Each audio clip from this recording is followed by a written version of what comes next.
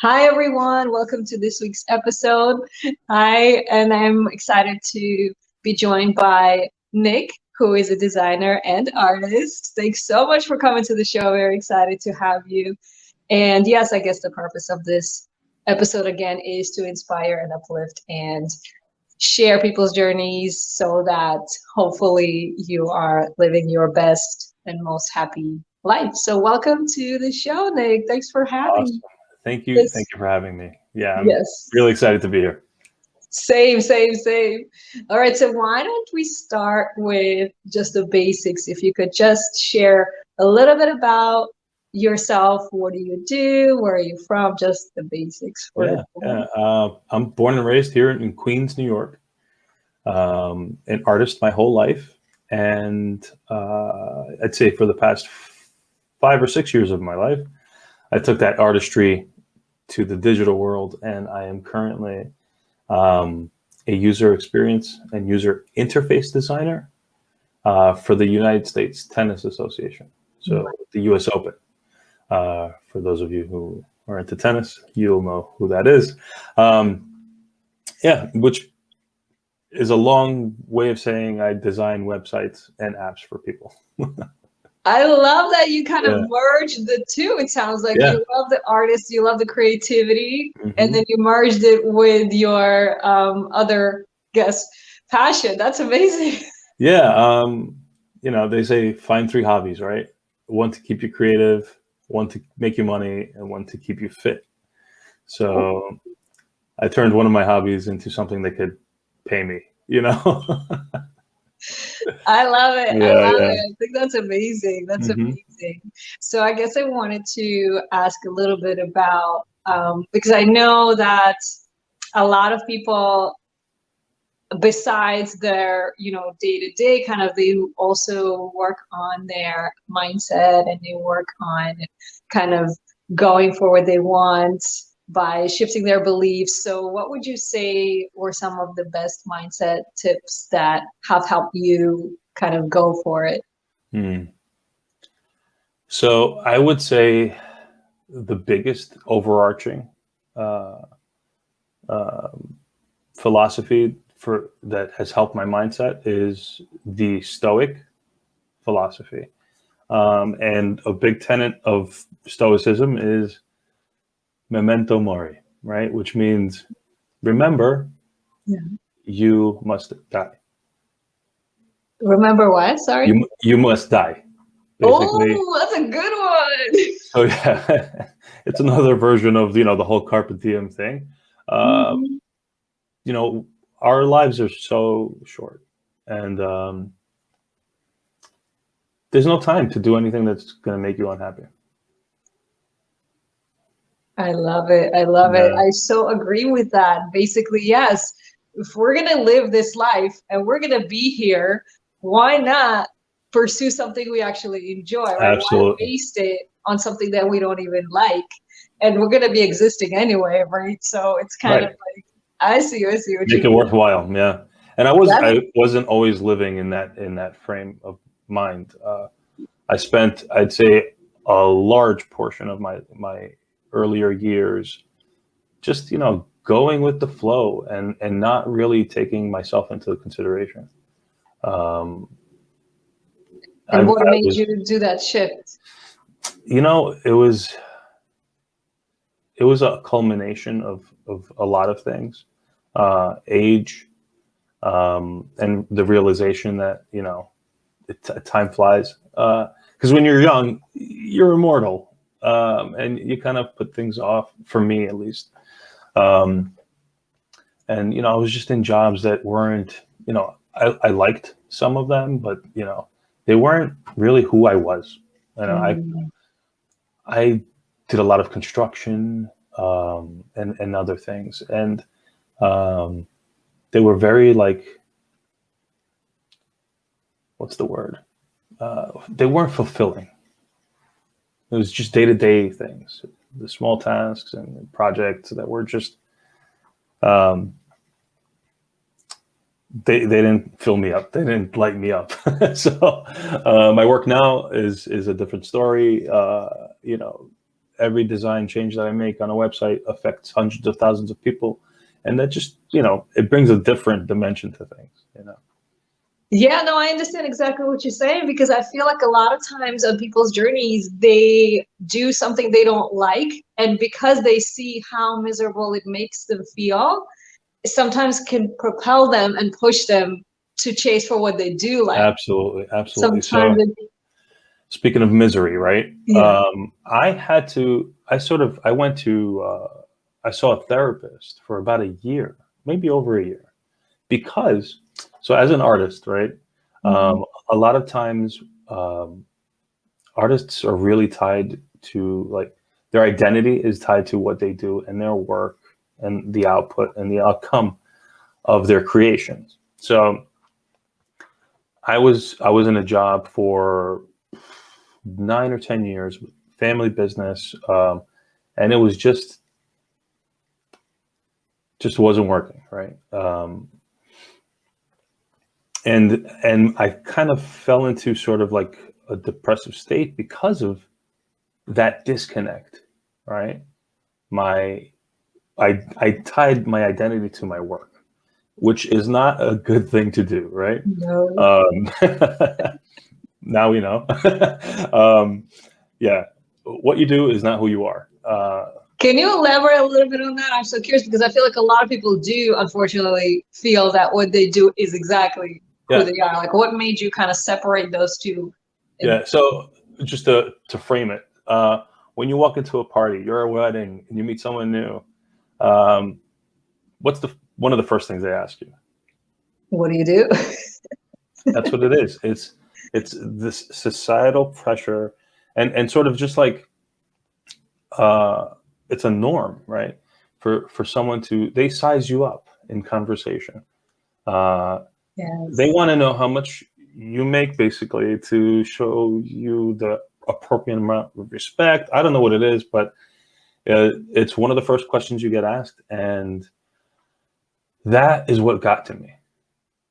It's like, how do I want to respond to that question? And that's where I started feeling out of alignment, because the way I answer that question is not what I want to say. Oh my God, I can so relate to that. Because same with me, like there used to be jobs where I didn't identify with what I was doing, and I didn't like that people would identify me as a person relating to what I was doing as well. Same as what you were saying. So that Yeah. was not resonating with me as well. I can definitely relate to that. Yes. Yeah. So with some help, I figured out that was really the root of the root cause of my mood. So got to work and had the tough conversations with the appropriate people. I was still working and going to school at night in my kitchen counter, just to be able to have some sort of certification in the work I wanted to do. And that's it. I submitted about 70 different applications and landed a job eventually. Whoa, talk about commitment. No. You know what you want and you go after it no matter what it takes. You don't stop. I love it. Absolutely. Yeah. Well, that's amazing. Thanks for sharing that. That's amazing to hear how you shifted your whole, I guess, path based on how you were feeling. You didn't like how you were feeling. You were like, this is not me. How can I shift that? You took a step forward until it brought you to where you need to be. Yeah, and that the key is in those steps, right? The small actions that we take, the day-to-day stuff. It doesn't happen overnight. You don't find. I still feel like I haven't found myself, because we're always changing, right? There was a well-known philosopher. I want to say it was Heraclitus, but he said that you can never step in the same river twice. Ooh. Right? It's because time is moving, and even though you might be in the same physical location, same physical body, the water is different. Yes. because it's always moving, right? So that's how we are. We might be the same physical body. Well, over the years it changes, but I'm not the same person I was 15 minutes ago. And so I'm in that pursuit. Just my advice is just try to stay authentic to who you are in the moment. I don't know where I was going with that, but Yeah, no, but I went there. I agree exactly with what you're saying, because this is what happens, right? When we see that we're not happy, right? And we start taking the next step and the next step and the next step, it is a journey. It's not something that's going to get fixed overnight, like you said. It will take time. And it's really brilliant what you said is, as you are going through the journey, you stay authentic to you. You don't, panic. You don't go crazy. You take one step at a time, and see where it leads you. Sometimes you don't even know where it's going to lead you, right? Absolutely. So I love what you shared. That's brilliant. Yeah. That's brilliant. Yeah. I had another question I was going to run by you. So as you were kind of going through your journey and discovering, what works for you, and you mentioned one person, who would you say are, let's say, top 2 people who have helped you and kind of inspired you on your journey? Yeah. Wow. So my wife was a big help. Really? Yeah, absolutely. She's the type of person who will support you in whatever you. So like I have a new idea every day. As an artist, that's Yeah, normal. it's a curse and a gift, right? Okay. And she's just the type of person to like, support you. Like even if she doesn't think it's a good idea, she'll express that to you and say, you know what, it might not work, but she'll never say, you know what, Nick, don't do that, or like, we have so many other things to do. Why are you doing this? She's not like that, and that was the support I needed to sort of change directions in my life. Wow. She could have said, you know what, I don't think going to school is a good idea. We need this job, stability, or whatever. Where you going? Why are you trying to change careers at 30? I was 32, 33 at the time. Yeah, so that was number one. All of my direct family members. I have a strong support system, mother, brother, everybody. Amazing. Yeah, that's it. And my son really put fuel behind a lot of. Really? In what way? In like, okay, Nick, you're a father now. There's going to be a little person looking up to you. What example are you going to set? And that's what it was like. Did I want to tell my son that I was miserable in my job for 40, 50 years? Or do I want to tell him that even though if I may have failed, do I want to tell him that I attempted to pursue my dreams? That is amazing. I love that. I love that. Thanks for sharing that, because I feel like that is so true. The little ones a lot of times do push you to chase and go after it because you want to be the example, right? What do you want to teach them? How do you want them to live their life, right? And the best way to do that is to be what you want to see in them, right?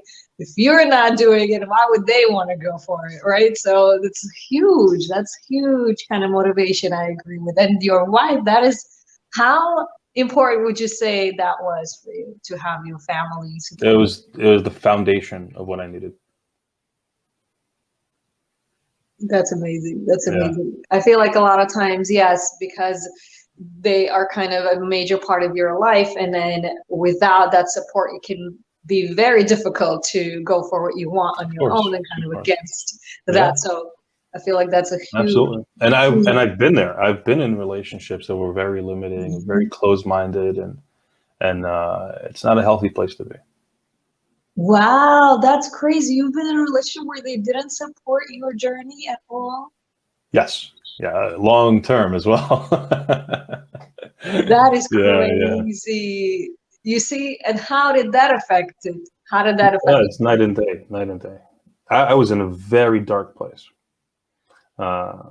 in one part of my life, and that was pretty much the um,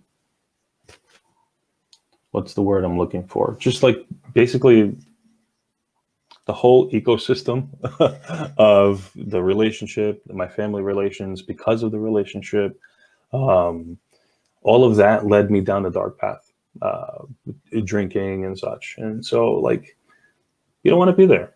You don't want to be there. Find the support you need, and if the relationship doesn't work, I would suggest moving along. You know? Yeah, I was gonna say, what Yeah. would you share with people who are in a relationship where, unfortunately, Mhm. they're not supported? And I love what Yeah. you're saying. I obviously don't end the relationship immediately if it's not unhealthy in other ways, and you just need that extra support. There's ways to go about it, like having that conversation, um, and just expressing your desires and your boundaries, right? And like non-negotiable things, like, listen, this is what I want out of my life, and I need you to be there for me, just the way I am for you, or whatever the there doesn't have to be a back and forth, but like, this is what I need, and this is what my life is going to look like, and I would like for you to be a part of it. But if not, if you can't handle that, then we're going to need some space, or whatever the conversation looks like. Yeah, Yeah, I feel like that's a yeah. good message to share. Basically, you're stating, because I feel like one of the major, blocks to that kind of thing is lack of communication, right? Sometimes the partner doesn't realize how much you need that, how much happiness that will bring to you, right? So sometimes, articulating that clearly, saying, this is what I would need, this is what will make me happy. I just want to state that, and what do you think about that, and see how they react. And I would go with what you're saying. If you're sharing something with a partner saying this is going to make you really happy, and they're kind of not on the same path as you, they're not seeing the same thing that you are, Hmm. I would see that as Absolutely. a red flag. I would see that as a red flag, because I feel like, Huge flag. Like, what is a relationship, right? You're there for mutual support, and if you're not getting that, then, like, that's foundational stuff. that is Yeah. so true. Because look at how your life has shifted, having a new partner in your life who does support you, and how much that has catapulted you into a much happier life, right? Look at the difference. 100%. Okay, now I'm curious, how did you and your wife meet, and what was it that you saw in her that made you kind of think that this might be a different relationship? So we actually just met through mutual friends. My best friend was dating her best friend at the time. They're also married now. Amazing. Yeah, yeah. And the initial, it was just like this spark of life that I saw in her. High energy, and just a fun-loving person. So that was just the initial spark, I guess. But then it just grew into this just you know great friendship, and which led to the foundation of what we call our home today. You know. Yeah, I feel like a lot of times friendship is one of the biggest kind of keys in the long-term kind of relationship lasting kind of thing. I feel like that's definitely one of them. And then would you say that you felt a little bit of a different interaction with her in terms of support? Did she show you that earlier on? Yeah, yeah. Just a very easy go. I'm an easygoing person, and so is she. So it just that helps a lot. Um, and clear communication. That's all it takes. An open mind and crystal clear communication. Crystal, Absolutely, absolutely. I'm curious now, how does that happen? Like, do you guys have to set up a specific time during the week where you check in with each other, or it just kind of flows automatically? So we do that.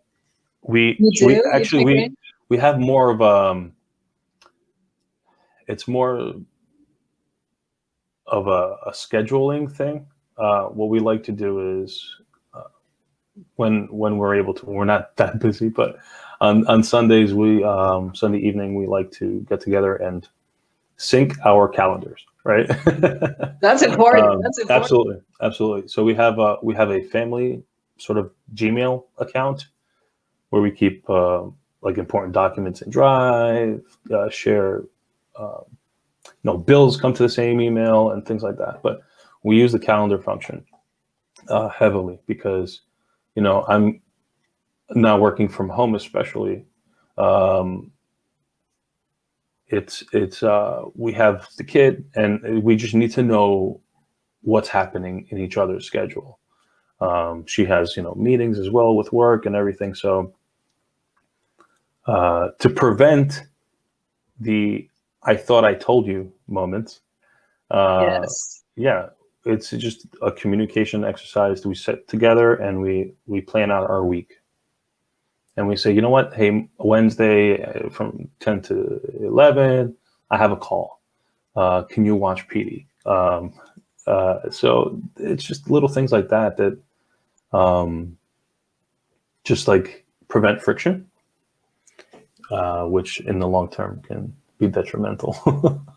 That's Yeah. amazing. That's amazing. I feel like that's important. Yeah, like you said, if you take one day a week, whatever it is, an hour, Mhm. whatever it is, and kind of synchronize your schedules and talk about whatever your expectations are and needs are for the week, and kind of just make sure you're on the same page, that starts off the week on a different level, right? Instead of just Absolutely. guessing, oh, we'll see how Yeah, the yeah, day yeah, goes. yeah, yeah. Thank you. And then another question I was gonna ask was, um, what were some of the, I guess, highest points on your journey? Because we talked about the lowest points. What were some of Hmm. the highest points during your life or your career or your journey that, and what Yeah. did you learn from The high points. It was like the day I got the job at the USTA was amazing for me. I got the good news, and it was just like this a page, a turn of the next chapter, I guess. And then there's like the small wins throughout in my career.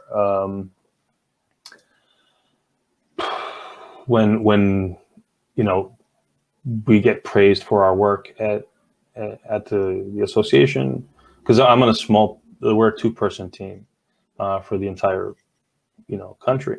So um, we're also like a newer team in an old organization. So we're bringing new ideas and new concepts to the table, and it's hard to sort of get buy-in sometimes from older organizations, but they've accepted us with arms wide open. And when we hit the small, like these markers, with like increased engagement and lower bounce rates from websites, or even some of our USTA sections joining back to USTA.com, they're huge, huge accomplishments for a small team like that. So, um, yeah, all of those things sprinkle highs throughout life, Yeah, yeah, yeah, Uh, for sure, for sure. yeah. I understand. And then what would you say, I guess, as an artist and as a creative person, I'm Hmm. guessing that you are a little more in tune with your spiritual side than other people are. How big of a role would you say spirituality plays in your life or in your journey? Um, yeah, so that's an interesting question. Okay. Um, you, I have to believe um, that this world is not random, right? Um, even if I believe in the Big Bang, right? But even that, so as a designer, I understand the grand design of things, um, and I, I frame it for myself this way sometimes. Um, when my son smiles, I think there's something divine in that, because I had to meet his mom. My wife's parents had to meet. My parents had to meet. Their parents had to meet. Going back and back and back and back. And those are billions, if not trillions, of moments and decisions that had to happen for me to be in this present moment to see him smile. Is it coincidence? It could be. Is it a grand design of some sort? Possibly, right? We don't know. So along those lines, Yeah. When it comes to someone's career, you have to think about the trillions and trillions of instances that had to happen for you to be there. And then find meaning in your present work when you think of the trillions of instances that will happen in the future. So if you have a job currently that you're not happy in, let's say, for instance, you install carpeting. I don't know, something random. Okay, that's fine. Yes. Something random, but it's not your favorite thing to do. You're just there because it was something you found to pay the bills currently, and you're there working and working and working, and you're telling yourself, "I wish I wasn't in this situation. How can I get out of this situation?" The key to getting through that moment is to find a meaning in that second. And you tell yourself, I may not like what I'm doing, but what I'm doing is not, what's the word I'm looking for? Basically, what I'm doing now has a purpose. So in a month from now, there may be children playing in this room, and they'll be safer because of this soft carpeting. Those children will grow up to have children of their own, and this carpet might be around, and they'll play on the same thing. And basically, what I'm trying to explain is there's divinity in this web of life that we are living in. Yes. And that's where my spirituality